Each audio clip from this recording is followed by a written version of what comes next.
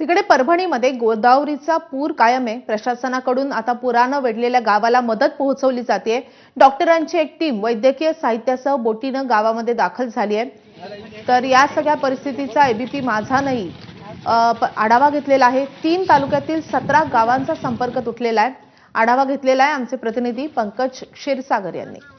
परभणी जिल्ह्यामध्ये गोदावरीला आलेल्या आज पुराचा आज तिसरा दिवस आहे। 3 दिवसानंतर ही पूर परिस्थिती जी आहे ती कायम आहे आणि या पुरामध्ये पाथरी, सोनपेठ आणि मानवत तालुक्यामधील पाणी कमी झालं असलं तरी गंगाखेड, पालम आणि पूर्णा या 3 तालुक्यामध्ये पूर स्थिती कायम आहे। 3 तालुक्यातील 17 गावांचा संपर्क जो आहे तो तुटलेला आहे।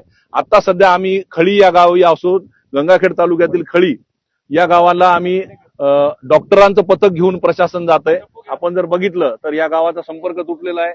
मेडिकल इमर्जन्सी असल्यामुळं बोटीच्या माध्यमातून आरोग्य पथक तिथं जात आहे आणि ही पाहणी तिथं जाऊन दिवसभर थांबून त्यांचे आरोग्य तपासणी केली जाणार आहे। आपल्यासोबत उपविभागीय अधिकारी आहे। सर, कशा पद्धतीने परिस्थिती आहे?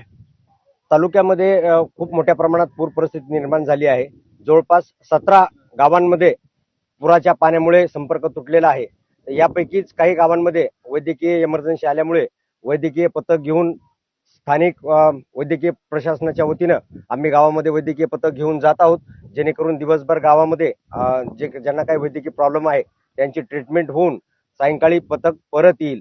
सद्यस्थितीमध्ये थोडासा दिलासा आहे।